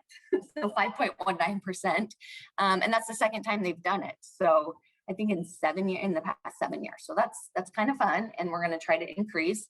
And like I had said, here's some with the veteran stuff. With different agencies might have their own internal goals, or they might want to hit higher numbers than the overall federal goal. Here's the 5 agencies within the federal system that actually were the top 5 for women-owned businesses. So you can see the percentages there. I'm really happy that the SBA is up there, but 24.2% of our prime contracts went to women-owned, so and economically disadvantaged women-owned. But I think those are awesome numbers. So I hope we continue to see them rise. Okay, so if you notice, a lot of these slides are the same. When we're talking about each program, we want you to build and grow and have capabilities and have opportunities. So that's really the backbone of all of these different set-aside programs.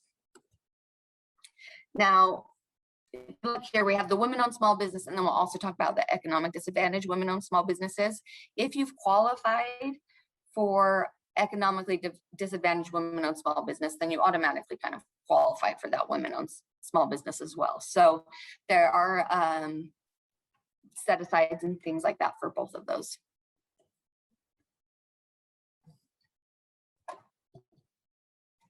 Okay, so although the new certification is kind of, I've heard some frustrations, not a ton, which does ease my concern with that program, switching over, but it was really to kind of increase, one, make it easier for you guys, and then also just give us better oversight and make sure we have integrity. Because like I said, there were, I know on the veteran side, because I still work on the veteran side, there was a lot of fraud in these self-certified programs, and you don't want that, right? If you're a woman-owned small business, you don't want to be competing with someone that maybe just put their spouse on as the women-owned small business, and she literally, you know, she doesn't have the highest position and she doesn't work at the job full-time. You don't want to have to compete with someone that shouldn't really be in the program.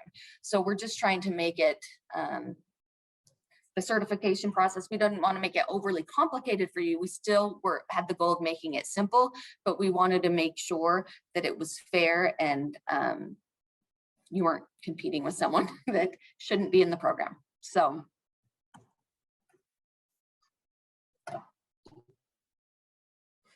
you go to betacertified.sba.gov.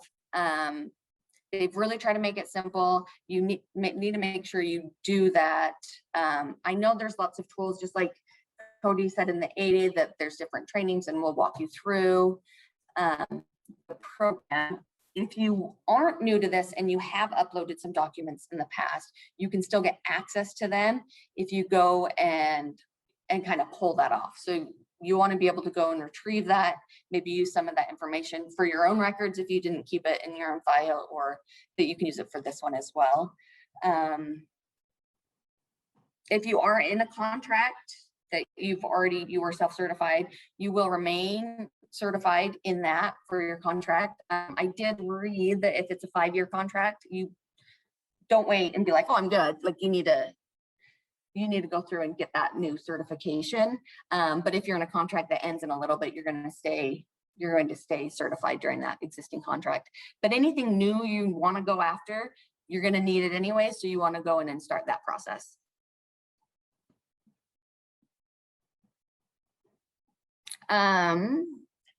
Guys, I might seem like I'm having a hard time because my screens are not looking the same as yours. So I do apologize if I keep kind of hiccuping. Okay, so the approved TPCs, or those third-party certifiers, are listed on this, and I believe we're sharing the slides. But you have the El Paso Hispanic Chamber, National Women's Business Owned Corporation, U.S. Women's Chamber of Commerce, and Women's Business Enterprise National Council. So those are the way that you get that third-party certification, and then you'll need to upload that for application. I think most of this we kind of already covered. So just if you have questions, reach out to PTAC, and they'll be able to help you walk through. Sometimes PTACs have came to like Cody or I if something seems really off. It really is just the fact that it's new, and we're all kind of getting used to this new platform. But they have, if you follow the steps and you submit, you should be in good shape. Just make sure you actually look at each of those requirements. So if you are in the 8A program, or like I said, with the VA, that first certification, those are also, they also accept those certifications.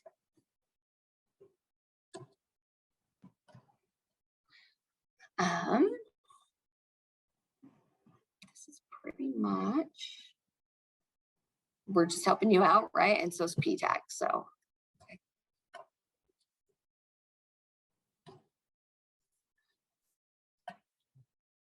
Okay, so women-owned small business ready. What is this, right? Well, we as the SBA, we're really trying to put these opportunities out there and get them in your face. So I never had an issue with veteran-owned small businesses being like, hey, there's set-aside programs. How do I get involved, right? And I think part of that is because when you're transitioning from the military, they honestly, that's part of the transition program, right? Like you're leaving and they're like, make sure you take advantage of this. There's this and this and this. So when you hear about a set-aside program, they usually jump all over it. Where women historically, and the data has shown, they're a little more hesitant, or they don't know if they can do it, or they don't realize. It just takes a little more convincing almost, and education to say, hey, these programs are out here, and we want to make sure we're getting enough women owned businesses competing on our contracts, and that the federal government's giving business too. So I know that we, as the SBA, we've hosted 70 events across the country, and we're really just trying to create different partnerships and build the women outreach events. So you guys can, you can meet contracting officers and get that exposure. I know I'm speaking now for PTAC, but I'm sure they would love it too. And we have the Women's Business Center that they can also help you out. But there's so much opportunity out there, and we want to make sure you guys have the access and the knowledge to go after those. Jackie, can you hear me? Yes. I have a question. This is John Pacheco. My son is a disabled vet, and we always certify through VetBiz VIP, and our certification is coming up again in September. You said earlier that you self-certified. Do we still need to go through this process through VetBiz VIP for veteran disabled veteran certification? So and Paula, jump in if you remember, but that one I know like California relies heavily on. So different states will have their own they can have their own certification requirements. Okay. On the federal side, it is self-certified, except for with the VA, which is that first certification. CVE is moving towards going away from self-certification, just like the women-owned businesses. Mm-hmm. And I think we're about a year and a half away from being, you're no longer going to be able to be self-certified.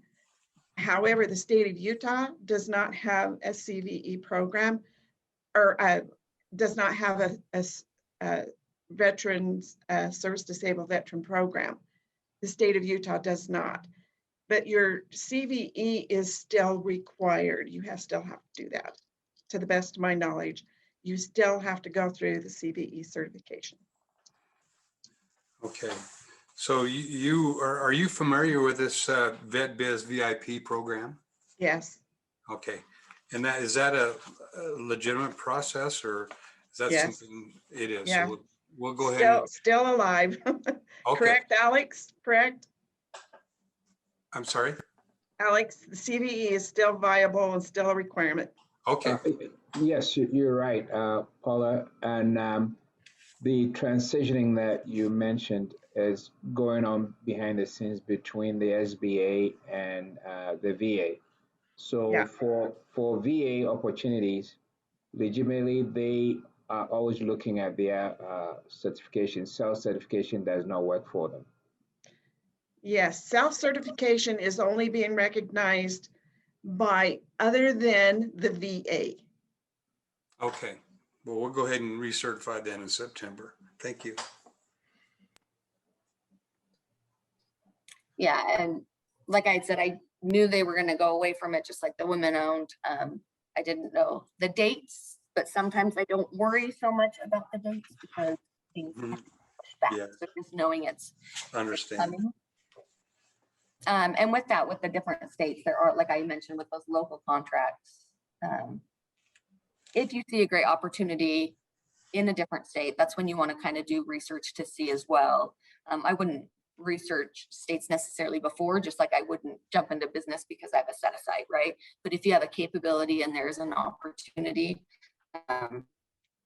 Utah doesn't have any set asides or things like that for local ones, but other states do, and not every state requires you to actually have live in the state to take advantage of those. So But yeah, okay.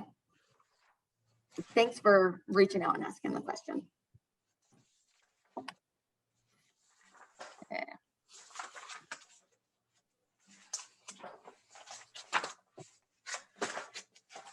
Okay, so the next part we're going to go over is just kind of, is that certification right for you? So if you've started to know a trend, 51% ownership is the key, right? I like 51% ownership anyways, because then there's majority.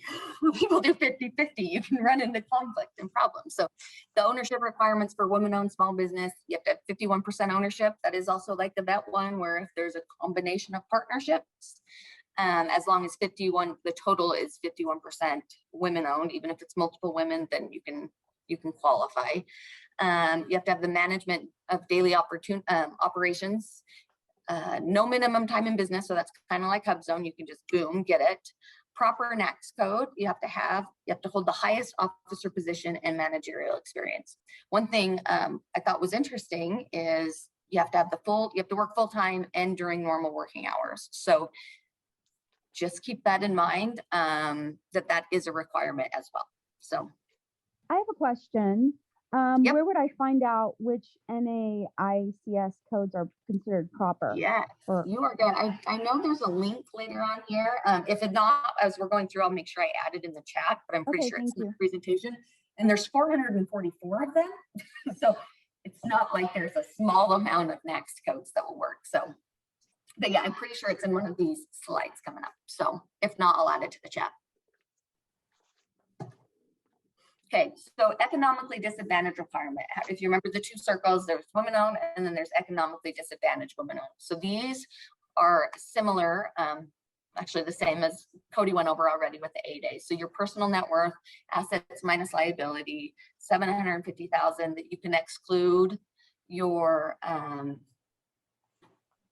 retirement and your primary residence. So I think that's a big thing, because a lot of times those are your biggest, that's where a lot of people's biggest net worth come in. So keep in mind, you can subtract those. Your 3-year average income needs to be $350,000 or less. And then same as 8A, fair market value of all assets, 6 million or less.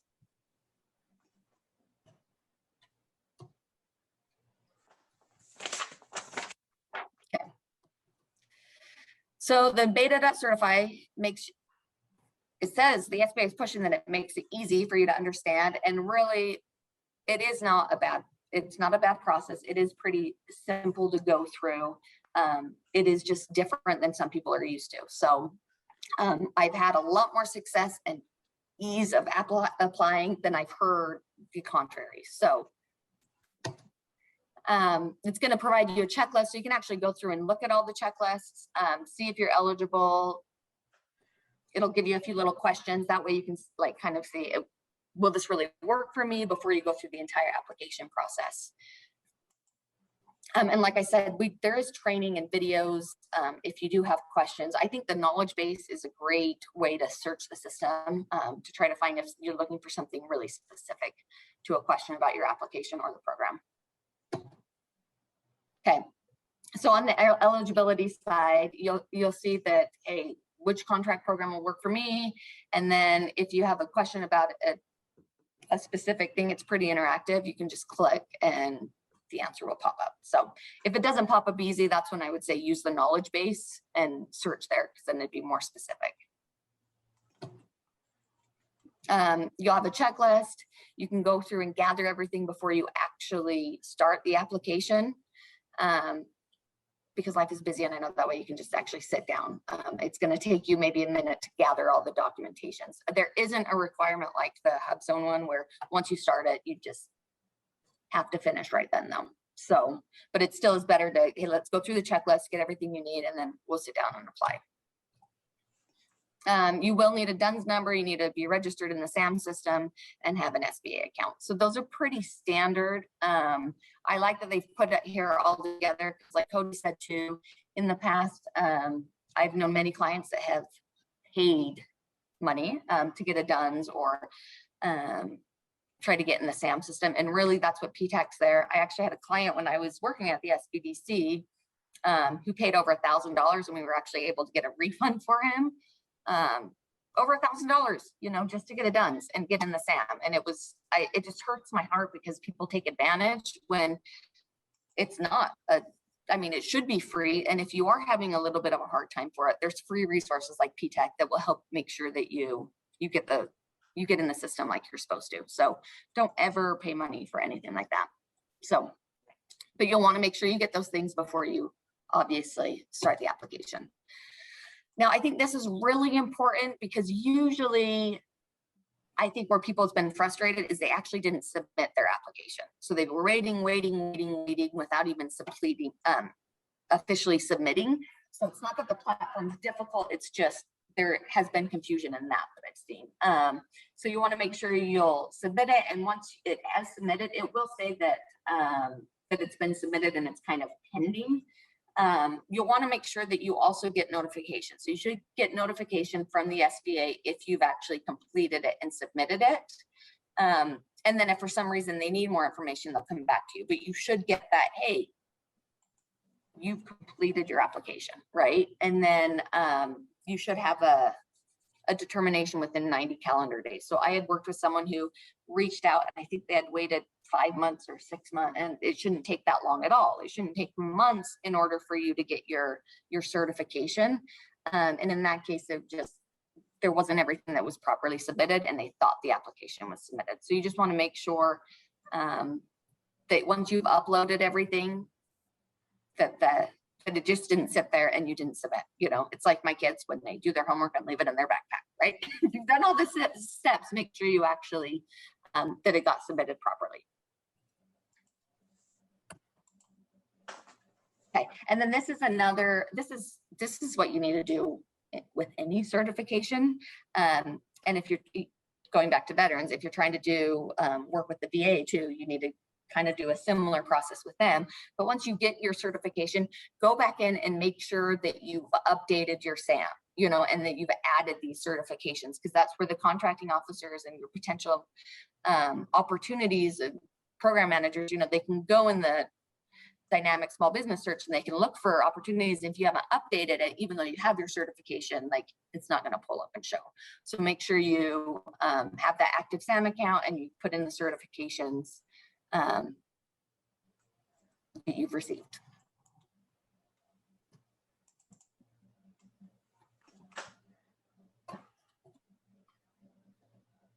Okay. Oh, this one I thought was really important too, is the business owner needs to be the one who creates the account, claims the business, and submits the application.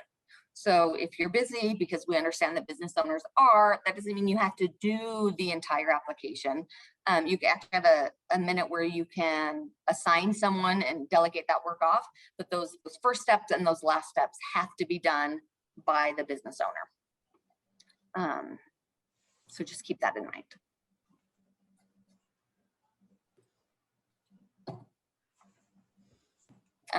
We're just going to reiterate that again. So attesting and submitting, so that has to be done by the women-owned business. But really just follow the instructions. I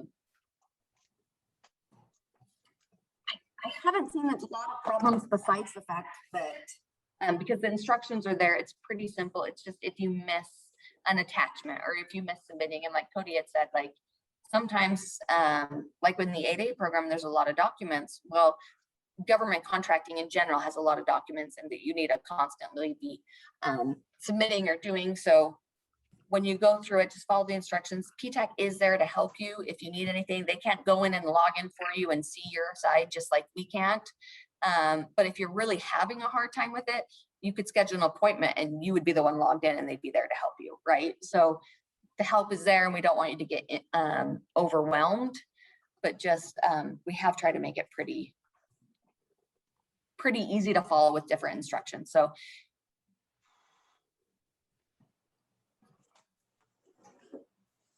okay. So when it comes to set asides, contracts, like I said, it's kind of same with veteran. There's so much overlap, right? Because we've created these programs, and so there's a lot of similarities between all of them. But the rule of two. So if there's a contracting officer and they believe that they're going to end up getting more than one women-owned small business that will be submitting, then they can set it aside for women-owned small businesses. The thing with that though is it's got to be awarded a fair market price. So they're not going to set it aside and then because it's, there's only these two companies and they're going to both, bid up each other. So it's not at a fair market price. Okay. But those are the two biggest things that they look at. Let's see, this is the one where I thought the link was there for you for those NAICS codes. So I'll go ahead and throw it in. I'll go ahead and throw it in the chat box. So, yep. So we talked about eligible NAICS codes for women-owned business, and then economically women-owned small businesses. It's quite a few of them though, so don't worry about that. Fair and reasonable price with the contract value for sole sourcing, 6.5 million for manufacturing and 4 million for all others. So it's a great opportunity. I've actually seen women-owned businesses that have been able to use that. Depends on what it is. So I don't want to promise, hey, sole source award, you don't even ever have to compete. Like that would create an unrealistic expectation for sure, but they are out there and it's a great opportunity. So, when the sole source happens, it's really when, hey, this is already set aside for women-owned, and for whatever reason, we don't believe that anyone else will be able to perform besides this one women-owned business. So that's usually when that happens. Cody already went through a slide like this from the very beginning, but I think it's really important for everyone to a couple things that I'll cover that he didn't. Obviously, you need to be able to identify buyers, identify agencies, the contracting officer or the program manager, but do your market research and understand what has been out there in the past and what will come up in the future. And the reason I say that is because once the opportunity is already posted, there's certain rules that contracting officers and different things have to follow, and you can't always get as much information as you could before an opportunity presented itself. So a lot of these contracts are, 5-year contracts, 10-year contracts. And if you can work and get to know some of those people before, that's market research that can help you identify future opportunities and help you prepare for them. So go ahead and identify agencies, the COs, the program managers, and kind of try to work with them before they're even listed, if you know what you want. Now, the focus areas in your niche, I have talked to so many people that think their set aside is what is important, and that's not what's important. Okay, I think it's a great benefit, but what's important is what is your niche? What is your value prop? What makes you different? Where are your strengths? So just keep that in mind. Don't go into, one of these great events PTAC puts on where you're meeting the contracting officer and go in and say, I'm a woman-owned business. You can end with something like that, or I'm a service disabled veteran, or whatever it is. You can kind of throw that in and for sure put it somewhere on your capability statement, but don't have that be your pitch, right? They want to know what you're good at. They want to work with you. And if they can check out that box and put it towards their goals, that's great. I've just seen too much emphasis there in the past, where the emphasis should be where your value prop is. What value can you bring these companies?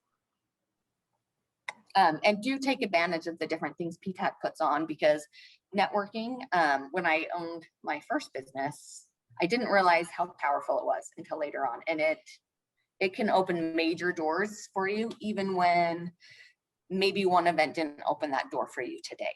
So the thing about government contracting, more so than B2B or B2C, is you're in it for the long game, right? Like your long-term strategy on so many different things. So make sure you go and you make those contacts and you go to events and you network, because something that didn't benefit you today could benefit you in a year or 2 years.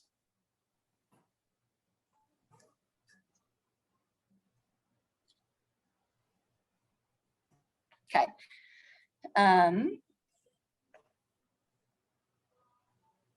Don't just get the certification and then don't do anything with it, right? So be active in what you're trying to do.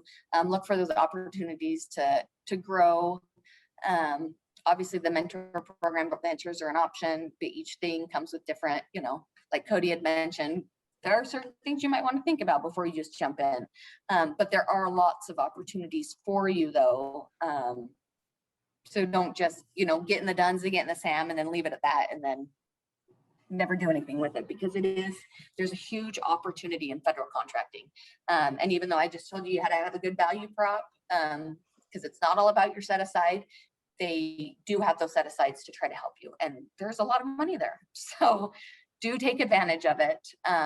There's a lot of training, management, technical assistance, being part of the women-owned small business or the service economic disadvantage, women-owned small businesses. There's the training 7J training. There's different training programs that you can be involved in to educate and build your business more. Not as thorough as the 8A, but there's a lot of good information. A lot of good information out there. So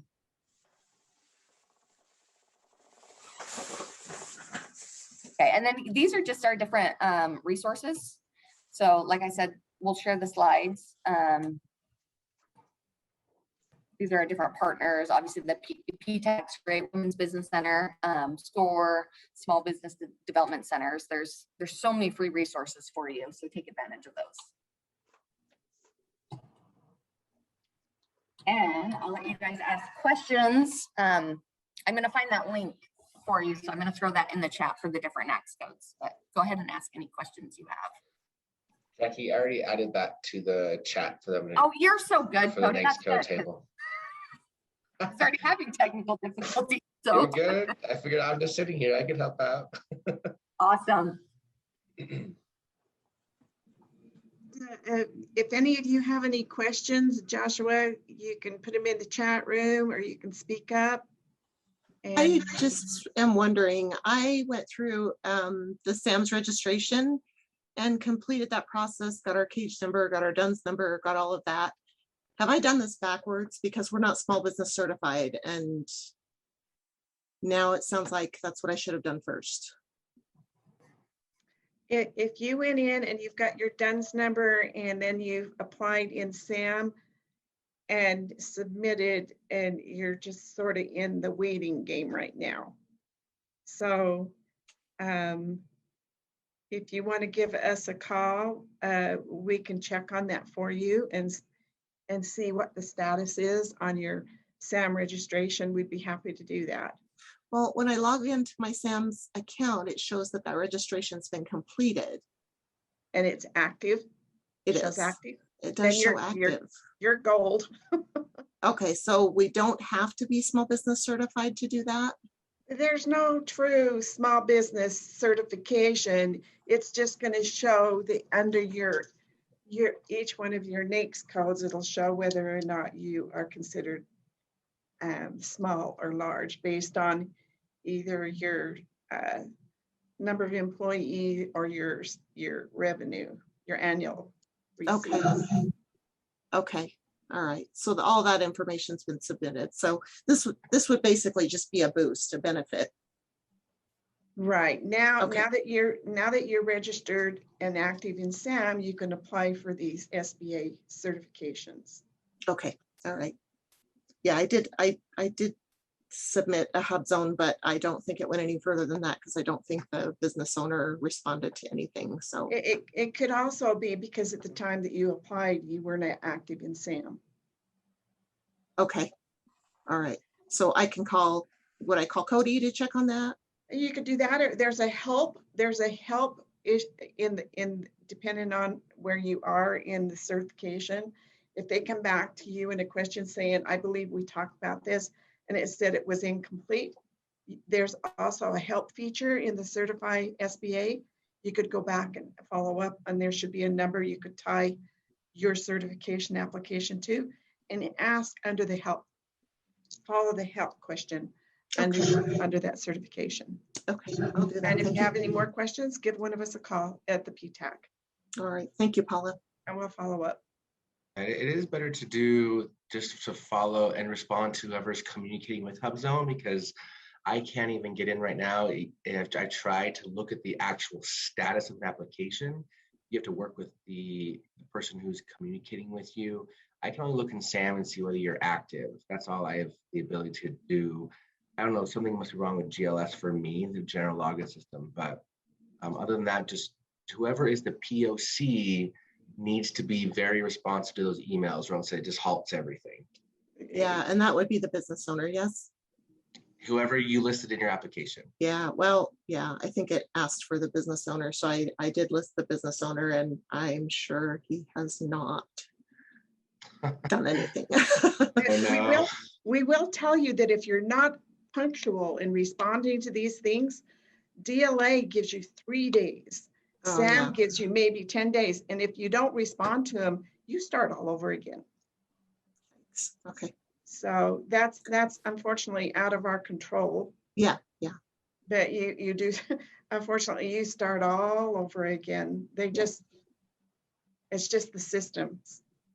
I did list myself as the point of contact on the SAMs, and I have received, or did, in the setup process, I did receive requests from them, and those were all taken care of, and it does show our account is active. But as far as the HUBZone application or request Yeah. for certification, I think that probably got dropped Yeah. somewhere. I almost feel like we have to apologize for Sam sometimes, but it's nothing, it's all out of our control, but it's almost like you deserve a big hurrah for submitting your application and becoming active.